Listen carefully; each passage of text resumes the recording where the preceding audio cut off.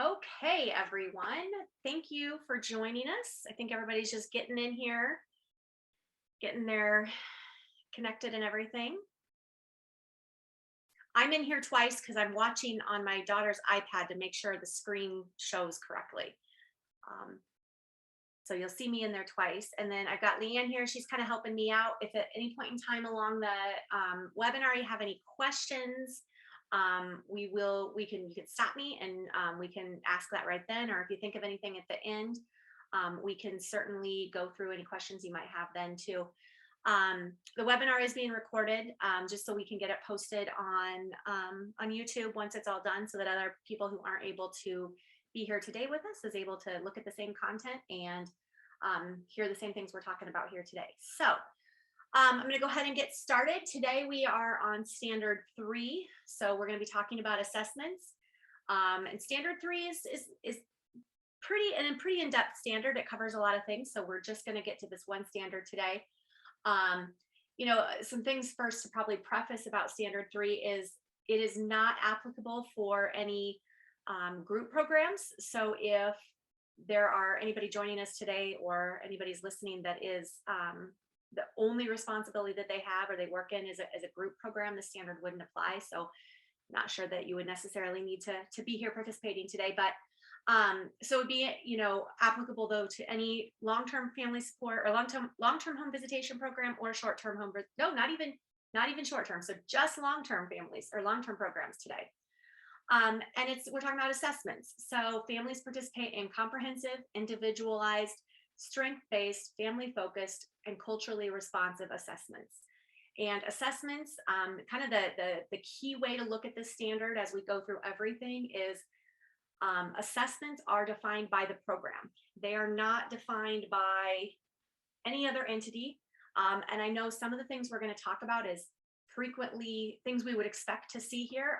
That assessment or the the thing that you're doing with the family itself might actually call itself a tool. When we say assessment, we're kind of thinking of it from the Iowa Family Support way of thinking about assessments. And in that way, it's something that you do with a family for a specific purpose, and you do with every family on a predetermined schedule. So as we look through each one of these standards, be thinking about what your program considers an assessment, what those frequencies are. Be thinking about your policies. Do you talk about those frequencies in the standard in your policy? Or do you say how often you do them? How would a peer reviewer, or if you can't think about it from the mindset of a peer reviewer, how would a brand new, you hire somebody tomorrow, they start tomorrow, how would they know when to do these things with their families? So that is kind of the mindset with which we're looking at all of these standards today. So throwing something at you right away. So sometimes within the Iowa Family Support Standards, it doesn't make sense to look at things in the exact order that it goes in. The standards don't necessarily themselves flow together in any particular order. So for this one, we're going to look at standard 3.04. Nope, yes, 3.04 before we look at 3.01, and it will make sense for the conversation that we're having. But I didn't skip a whole bunch, and I'm going to get there to all of them eventually. We're going to look at 3.04 first. So with that being said, 3.04 is all about that time frame, and we'll talk about what everything kind of means in this standard. So assessments are completed within timeframes established by the organization and are updated periodically. On each slide, we'll have these kind of discussion points down here, and those will be broken down in the next couple of slides. So we'll go ahead and get to that. So as we break down 3.04 and we really dig into what it means, we talk about, first of all, it's done with every family or every child at predetermined intervals. So that doesn't mean that you can't do something more frequently than it should be, but at a minimum, your policy should describe how frequently you're doing, first of all, what the assessment is, and then when you're doing it. And then sometimes even you want to describe who does it, like a direct staff or a supervisor.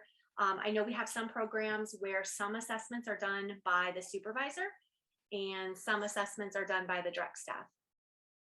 Okay, so definitely in our policies, we want to talk about what. So is that the LSP? Is that the ASQ3? Is that the ASQ SE2? Sometimes we see depression screens in here. Sometimes for some programs, we'll see health assessments. We'll see lots of different things in here. And the message is really, it is whatever your program just decides that it is. Whatever an assessment is, whatever your program says that it is. However, those assessments then will be expected in every participant file or every child's file. So, if it's not applicable for a particular family, or it's something that you only do once in a while with some families, those would be things that maybe we wouldn't want to look at including as assessments, and those might be considered what we would call in Iowa Family Support language more like a tool, which is something that you can bring in to use with a family if you think it might be needed. Think of things like domestic violence screening, drugs and alcohol screening, things like those are things that you could do if you thought there might be a need, but a peer reviewer or a new staff member starting tomorrow wouldn't expect to do with every single family. And then the policy should also be super clear. Well, we talked about that. So staff and new staff and peer reviewers can identify when an assessment is due. That should be pretty concrete in policy. A couple of things I want to kind of caution on, because we do run across this every once in a while, especially I hear the peer reviewers talking about it, is if you say every 6 months, it can be interpreted a little bit differently. So the more we can nail that down in policy, the better. And to give you a couple of examples here, with the ASQ, do you mean when you say every 6 months, do you mean like when the child is 6 months old, when the child is 12 months old, or do you mean like on a calendar every 6 months? So that would be like on July 1, we're going to do an ASQ. An ASQ is due with that family, and we're going to do whichever ASQ is applicable for that child on July 1. And then on January 1, we're going to do an ASQ with a child, whichever one is applicable based on their age. Does that make sense how those two things can be a little bit different and they can mean different things?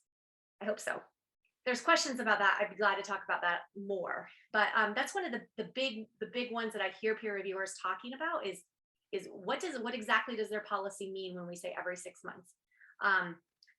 And then the other thing to kind of think about is, does that 6 months start from the enrollment date? So when the family first signs into the program, they're signing their rights and responsibilities and all of that paperwork that you have, or is it from the date that the last assessment was completed?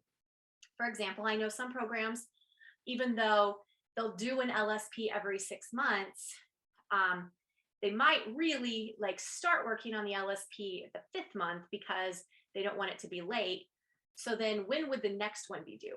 Would it be from the date the LSP was actually done, or would it be from the date that the LSP was due? Does that make sense? So sometimes we want to say in policy, if you really mean every 6 months, you could say 6 months from the enrollment date, or at the enrollment, and then every 6 months thereafter. There's some ways to tweak that language to make it really clear, and I've got some other examples, I think, on the next slide. And then again, make sure you're describing which staff member is responsible for doing that assessment. Again, I know we've got some programs that have supervisors do, especially ASQs. We have supervisors doing those. So we want to be really clear in policy on that one. Consider adding in the policy when it's due by. We talked about that one. I hear a lot of times peer reviewers talking about like, when is an assessment technically late for a program? So if you've got something that's due, an LSP that's due on 8/15, would 6 months from the last, is it late on 8/16, the very next day, or is it late on 9/1? Some programs will say you have the rest of the month to complete it. And then, so make sure your policy is really clear, not only on when the due date is, but then when the next one would be expected. But that due date one is really hard. Because of the virtual peer reviews, I hear some of the conversations that the peer reviewers are having. And this is a big one. Like, when would a program consider it late? And that's a really great question to be asking yourselves, is like, when we're doing our own file audits or our own chart audits, like when we consider it late. And that's, if you're struggling with that, if you don't think your policy quite defines that, then you'll want to tweak that a little bit more and nail it down. Consider making a table as an appendix to the policy. I'm going to show you one, I think, next here. That way, the table can be, I think tables are easier to read and interpret in this for this particular thing than maybe like a super detailed policy that describes everything, because it kind of, I don't know, just I think it flows really well. So, over here we've got the assessment, just like what the assessment is. We've got the frequency. So, 2, 4, 8, 12, etc. months. And then we talk about adjusted age ends when calculated up to 24 months. And for the record, I pulled this frequency stuff right off of, for the ASQs, right off of the data dictionary for FSSD programs for DAISY. So if you're curious about that, that's where I got those at. The due date, so we have the due date described here at the end of the month in which the assessment is due. So like that previous example, if it was due on 8/15, it would be, if the 6 months, say that, no, actually wouldn't even be a 6-month ASQ according to this, it'd be a 4-month ASQ. The 4-month ASQ, the child turned 4 months on 8/15, then it would be due on 8/31. So that's, 9/1 would technically be when then it's late. And then we've got that to be completed by column completed as well. The LSPs are, you can't do ASQs and LSPs the exact same way because of differences with the frequencies. Or even sometimes like, an LSP, you might have a couple of visits from enrollment before you would want to have it due, just so you have time to get to know the family. So for LSPs, you might want to think about telling, in policy or describing in policy or in a table like this, when the initial one is due, when ongoing ones would be due, and then when the closing one would be due. And then also on the frequency there. Same thing on depression screens. Depression screens can be, a bit different based on, is the parent prenatal or recently, has given birth, or, I mean, if you enroll a 3-year-old, I'm not sure that you would have in there, or the depression screen would necessarily be applicable, but whatever.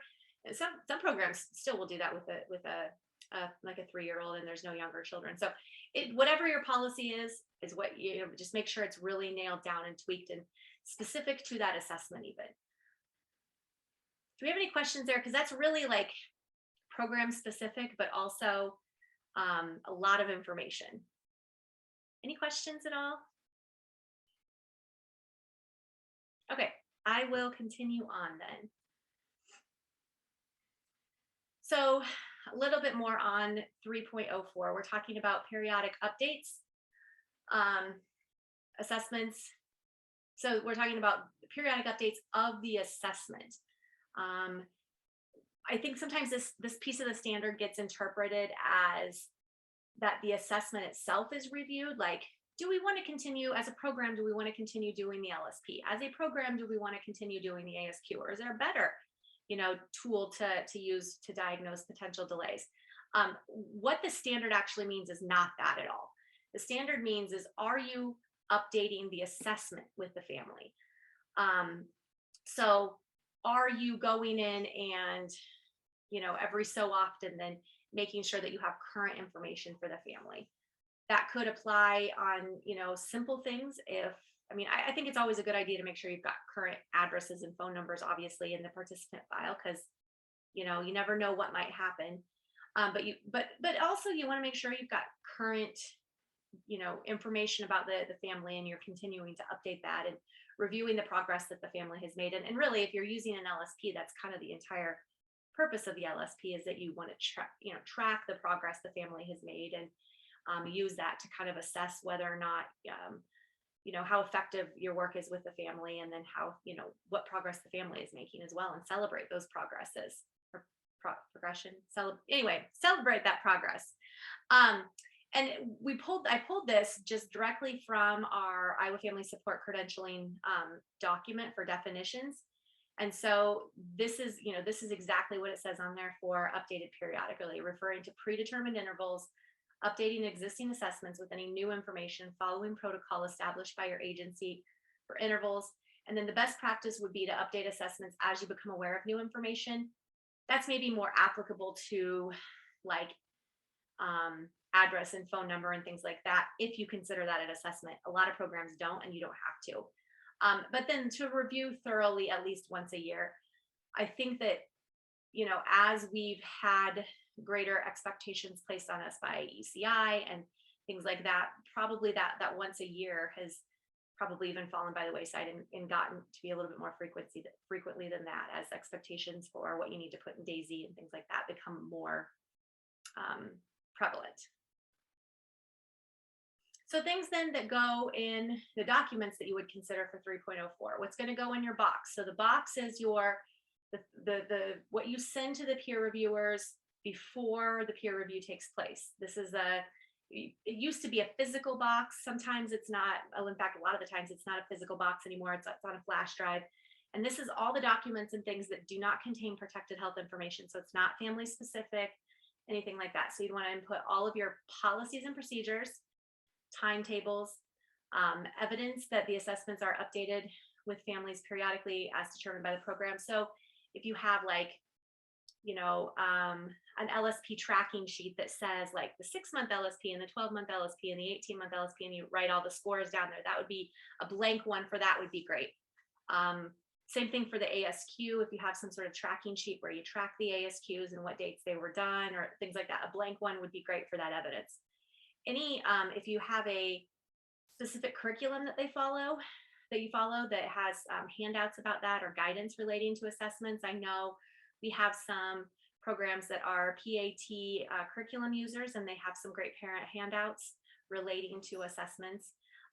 Then that would be relevant to put in there. And then the blank versions of any assessments that you might use. I don't think it's necessary to put every ASQ in there for every interval that you do, but certainly, an ASQ in there, an LS, the things that, and the peer reviewers know what ASQs are. They see those all the time, so you don't need to put them all in there, but just a blank example of it.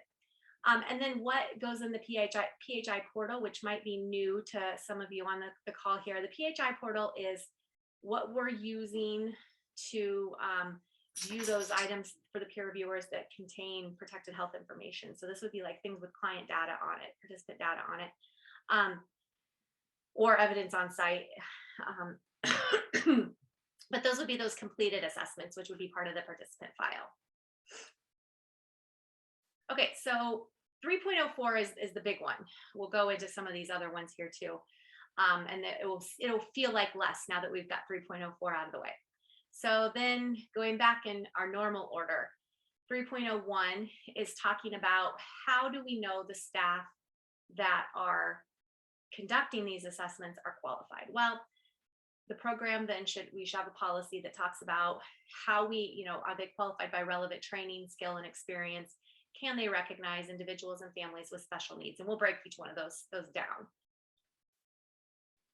So 3.01, the policy should define how the program determines qualified. And there's lots of different ways to think about this. Are staff trained? Are they evaluated or observed? Do they have a specific degree? Those aren't like yes or no questions. Like that's things to consider for yourself when you're when you're writing your policy. It could be any one of those things. There's a couple of things I included down here to think about. Consider, are staff immediately qualified after having completed a training? So I'm brand new family support worker. My first week of training, I observe a couple of ASQs. I go to an ASQ, an official ASQ training. Am I qualified at that point to go out and conduct my first ASQ? Do I have all of the competencies necessary to say I am qualified and proficient and I know what I'm doing? Maybe not. That's something to think about. Where is your program at in terms of that? Does the program evaluate qualified after training or observing someone? Do you want to go out and observe a couple of ASQs being done and then go back and maybe talk to that family support worker and go over how that went? That's the way some programs do it. Parents as Teachers does it that way as well, for their training on how to become a family support worker, I suppose. Or a parent educator, I guess. But there are different ways to evaluate qualified. And that's kind of what I'm getting at here is, does your program say, go to training, once you're done with training, you walk away with all the knowledge and skill that you need and you're good, which is okay. Or is your program doing something different? Is it, if you are a you have a BSN and an experience working in a pediatrician's office, you are qualified to do that. There could be lots of different things. And all of our programs kind of come at family support from a different perspective. Some are more from the social work perspective, some are more from the medical perspective. And that is, how some of these policies are crafted is going to be entirely dependent on that. Think about what skills or experiences might indicate a staff is qualified, what degree or education might indicate a staff is qualified. And then the last thing to kind of think about here is if training on an assessment is not immediately available, think about like LSP or ASQ training, because sometimes it is a challenge to get a new staff into that. What kind of method for like a stopgap training does your organization have? So maybe get them knowledgeable on the assessment tool, and then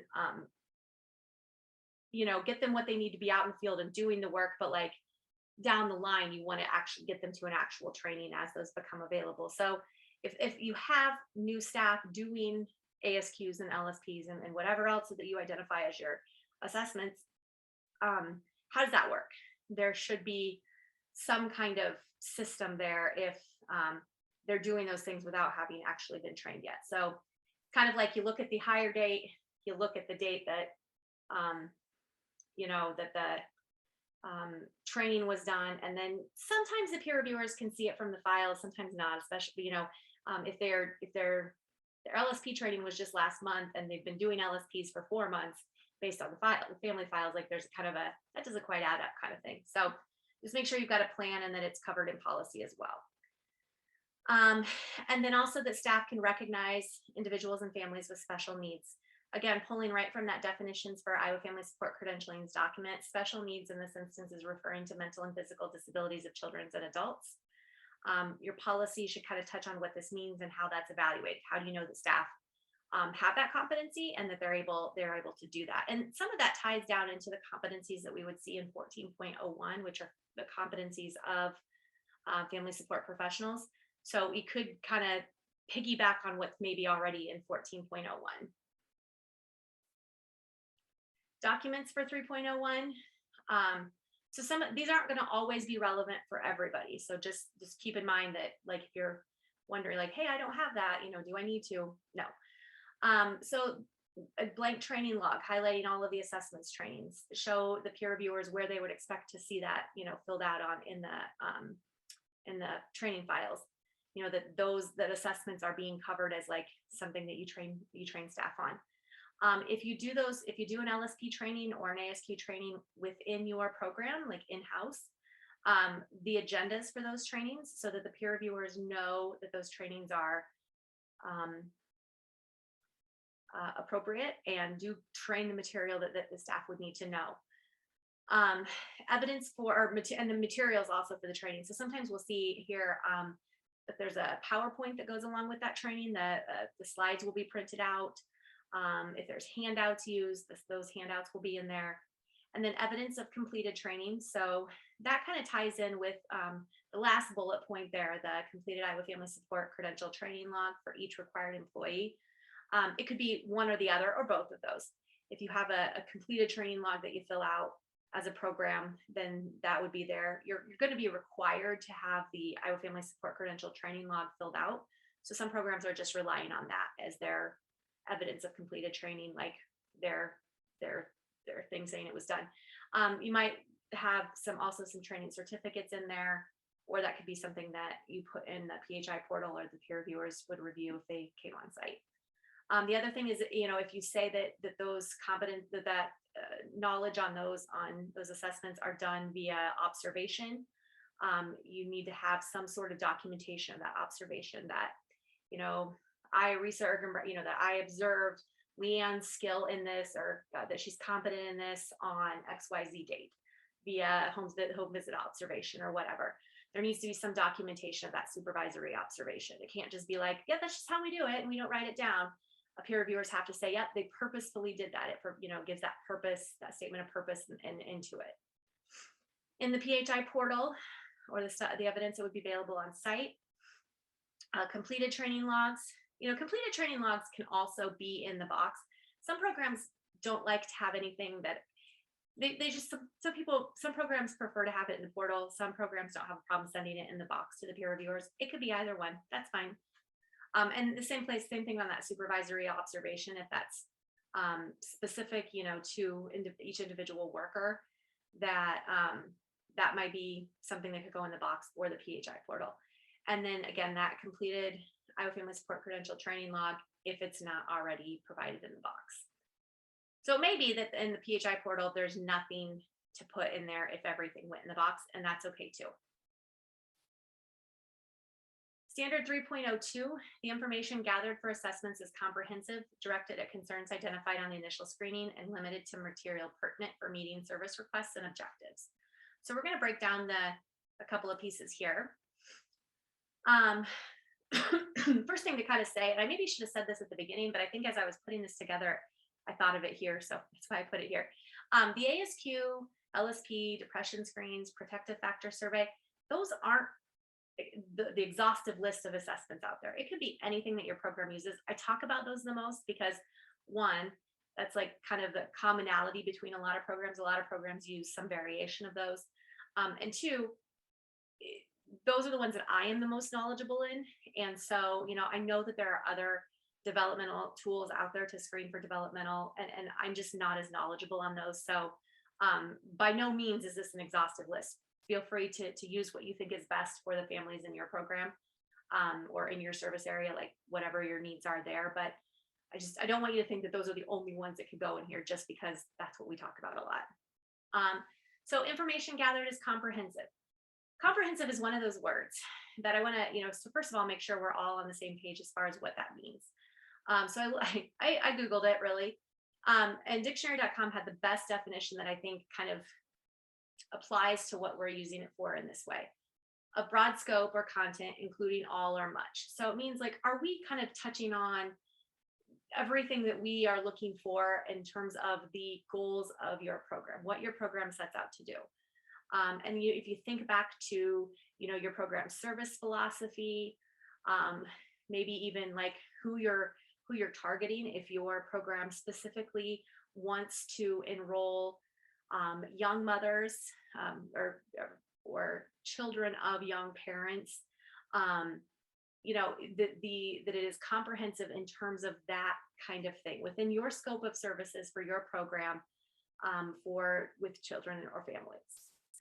And so your policy might want to describe how each assessment matches that program scope. I think that would be a really good way to describe comprehensive, and how it, it's policy is more than just saying we're comprehensive. It's policy should really break it down even more than that. And I go back to kind of the growth that we're looking for within the Iowa Family Support Credential in the process. When it was first rolled out in 2008, I want to say the first program kind of went through this process.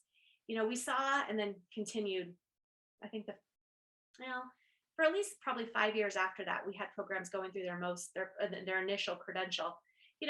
At that point, there was kind of a minimum. And so we saw a lot of programs that would have policy that looked a lot like our standards, that was just like, yeah, we have we're comprehensive in our assessments. So what we're starting to kind of evolve and shift, and this is true of programs evolve and shift, and so Iowa Family Support Credential is as well, is, building not just a policy that says the Iowa Family Support Credential standard. It says, like, this is what we do and this is how we do it. That would be like your policy and your procedure. And so we're asking programs then to continue to build and to continue to grow in ways. So defining those in procedure, how those assessments match the scope of services that your program provides. Is there a piece in the program service philosophy, which is standard 5, that's not collected or measured on an assessment? That's something to consider, that you might want to make sure that those kind of match together. And then material pertinent for meeting service requests and objectives. That's kind of more of the same. Assessments should focus on information that is needed based on the type of service and objectives. It should make sense to a peer reviewer why an assessment is used, or to anybody really why an assessment is used. And then describing the purpose of each assessment and policy or procedure. Explain why the program selected each assessment. I saw a really great example from a program that did a table like we talked about for 3.04 that had the assessment, the purpose of the assessment, and then their frequencies and all of the rest, which the purpose of the assessment was great because it really, if it was an assessment that the peer reviewers were unfamiliar with, it was like, oh yeah, that's what that does, and that was great. That really worked well. So for 3.02, what goes in your box is going to be those blank comprehensive assessments. And again, this is, those assessments will go in a couple of different places, but that would be what would be reviewed for 3.02. And then for 3.02 in the PHI portal would be those participant files that contain those comprehensive assessments. Same, I mean, they're really the assessments that they're the assessments, the LSP, the ASQ, but the pieces is here for 3.02 is tying the word comprehensive to that. Tell the peer reviewers how that's a comprehensive assessment, how you reviewed it to be, and how it makes sense logically within the design of your program. 3.03 assessments are conducted in a culturally responsive manner and are the basis for identifying resources that can increase service participation and support the achievement of agreed upon goals. So we'll touch on those. So first piece is cultural responsiveness, which we have within the social work, within the Department of Public Health. We have a lot of cultural humility, cultural competency, cultural responsiveness, and so I wanted to kind of define that a little bit here, and then talk about how that can work. So we want to make sure, first of all, that it's individual, that that they're individualized, culturally and linguistically responsive. Like in all of those ways, your assessment should be those things. Awareness of one's own culture identities and views about difference, and the ability to learn and build on the varying cultural and community norms of families. Every program in Iowa, every county has different, different population of people that they work with. And so making sure that, again, it's not just saying cultural responsiveness, it's really ensuring in your policy and describing in your policy how it matches, how your approach to those assessments, your program's approach to those assessments does incorporate the things that are taking place that you need to have for your specific program. The ability to understand within group differences that make each family unique while celebrating those between group variations. Demonstrates respect, building on the strengths of the culture, and attend to families in the context of their social environments, which include culture. I don't know what I was doing with consider identifying what. I must have had another thought there, or maybe I know I had problems getting this picture loaded in here, so that might, I don't know. And then assessments are the basis for identifying resources. Assessments really should be used to increase service participation and support the achievement of agreed upon goals.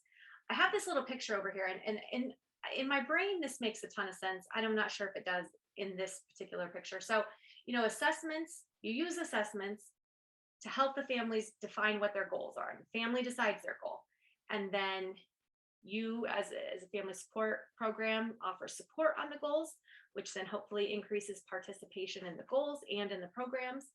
And then that moves up into a completed goal, which then at that point we need to be reassessing, and it kind of just is a continual cycle. And so that's how goals and assessments can really work together.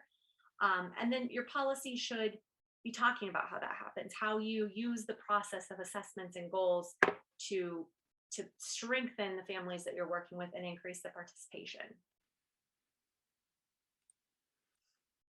Documents for 303, blank standardized assessments that identify strengths and protective factors. That's a really big one. I think that a lot of times I get questions on this one, and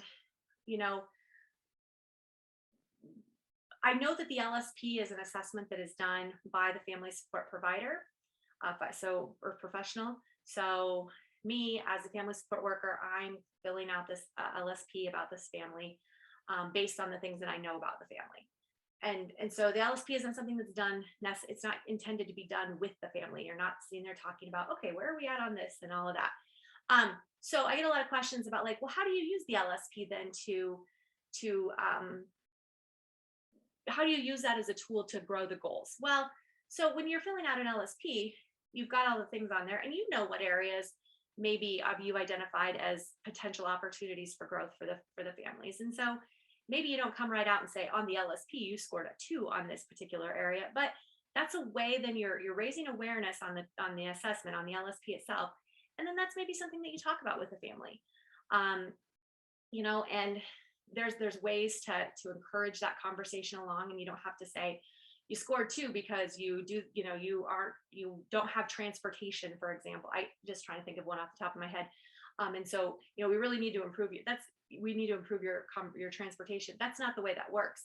But you can use that as like, hey, I've noticed sometimes that you're missing doctor's appointments or things like that because you don't have a ride. Like, tell me a little bit more about what's going on there. Maybe we can figure that out.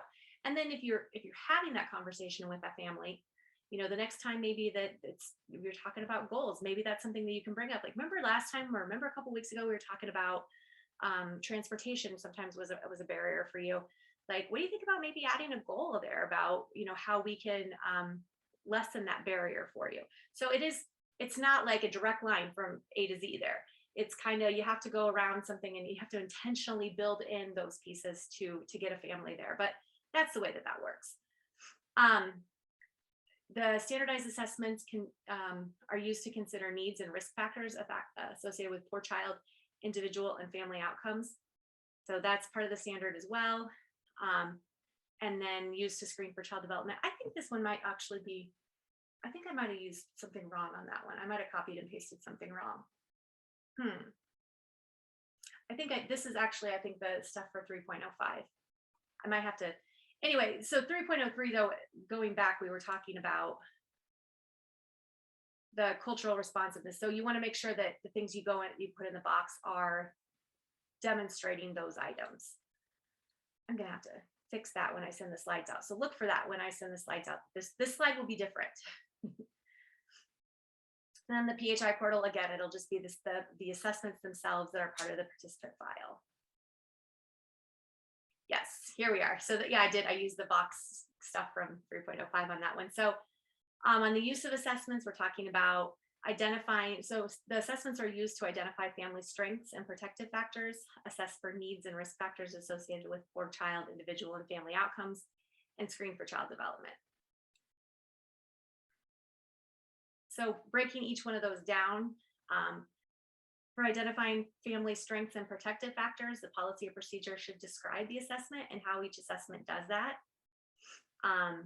And then really thinking about, do you have an assessment? Do you have, that captures family strengths, or how are you using that assessment in a way that allows you to have a conversation with the family about their strengths? It really, I think that the another kind of overarching theme for standard 3 in general is like the intentionality that assessments are intended to be used for. It's not just like, oh, these are just things we've got to do, and we do them once every couple of months and we don't think about them again. It's that building purpose within the assessments and using them to really drive the services that are being provided to families. So if you don't have an assessment that you feel like is really capturing the family strengths, think about it. Think about, should we be doing something that would capture the strengths on it? I can think of some ways that the ASQ might. The ASQ, sometimes you do that with a child and maybe they don't do as well as you would like for them to, and they score down there in the black area where they need to make a referral. But I think there's ways that you can celebrate the successes that the families or the children do have on those. And I think that's, what makes a great family support professional is even when something doesn't go well, even when the assessment is maybe not the best, the family or the child didn't do particularly well on that, it's finding those small successes or small wins to celebrate with the family. Like, I know that this ASQ we didn't end up doing as well as there's obviously some areas where they still have some growth, but like if we think back to where they were a couple of months ago, like this is something they've really come a long ways, and they weren't able to do that before, and now they are, and to celebrate that success with the family. So, you know, so maybe it's something I would see in policy for this would be like, the ASQ allows us to identify those incremental gains that children make in their development. And by being aware of those incremental gains, we're able to celebrate the successes when children do make progress.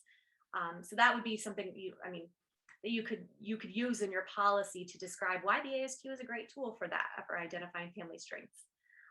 Same thing on your LSP, same kind of thing is that, you know, that where family, you know, you're using the LSP scores from when they entered services through however long they've been there, and you're tracking those gains. And so then by tracking those gains and being purposeful and mindful of the progress that the families have made, then you're able to have those conversations with families about the progress that they've made and to celebrate those successes and those wins. Needs or risk factors, again, that's the same kind of thing, is identifying, you know, how the assessment is used to look at those things. And then child development, that's kind of an easy one, both. Well, it's easy for some standards, you know, and this isn't like each assessment needs to have each of these bullet points meet. It's just how your program's approach to assessments and the assessments that they use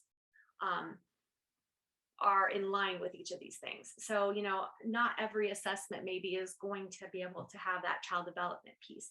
Although I really could, I mean, if we think about the depression screen, there's really nothing specifically on the depression screen that's talking about child development. But I think if you were, you know, writing a policy, and you could draw that line. It might not be a direct line, but I would say that child development, age appropriate child development is better met when parents are responsive and available to their children. And so screening for potential depression, or prenatal or postnatal depression, allows the program to introduce appropriate intervention or referrals when necessary to prevent potential developmental delays. I mean, there's a way you can word that. So, you know, it's not always the most direct route, but I mean, you've got to kind of remove yourself from this, like, this is what we've got to do, and this is how we do it kind of way of thinking, and think of how the standards are there to build intentionality and purpose. So documents for 3.05 are going to be those blank standardized assessments. Yeah, this is the one that I did twice. So we already kind of talked about some of this. And, you know, you could even consider, you know, highlighting on those blank assessments, like places that are specifically kind of relating to those strengths and protective factors, needs and risk factors, child development. So the peer reviewers, like, you're drawing that line right for the peer reviewers so that they know, oh yeah, this is where they're talking about on here, that this is referenced. And then in the PHI portal or on site, those are going to be those completed assessments. So that is the end of my presentation. Before I open this up to questions, I just want to say on here, if you have not already liked us on Facebook, I sound really silly saying this because, anyway, if you haven't liked us on Facebook, you should go do it.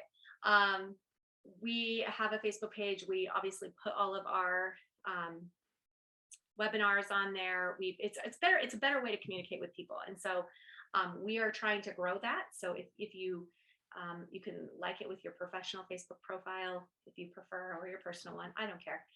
But you can definitely get information about what we're doing in IFSTAN that way.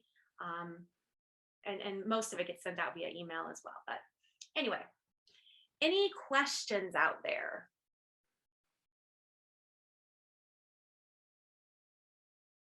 Feel free to unmute yourselves. Or you can turn your camera on and say hi. I don't know.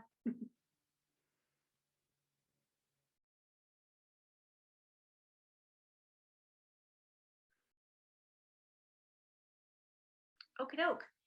Well, I'm going to go ahead and end today. Thank you everyone for joining us. Thanks for joining us last minute. We just got we both, Leanne and I both thought we'd sent the invitation out and we hadn't. So I apologize for any of that confusion. I see some people waving. Thank you. And we will get the invitation out for next month sooner. I promise. All right. Thanks, guys.